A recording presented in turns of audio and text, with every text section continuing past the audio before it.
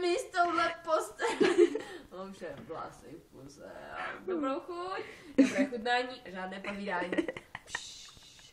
A teď spíme. Na zemi je pohodlno, protože všichni mě vyhožují. Pak narváno. Tam nevejdu. Telefon.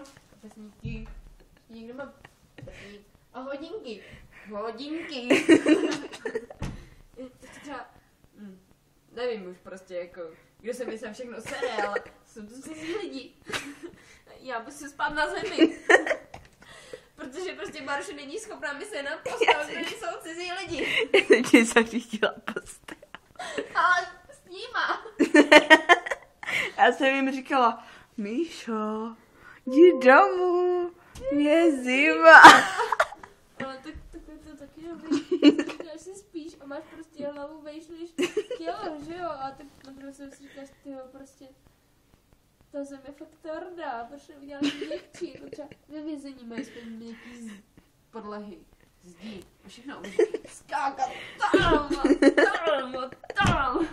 A prostě skáčeš, víš co, ale tady prostě to úplně, to není vězení, no. To je v prdeli.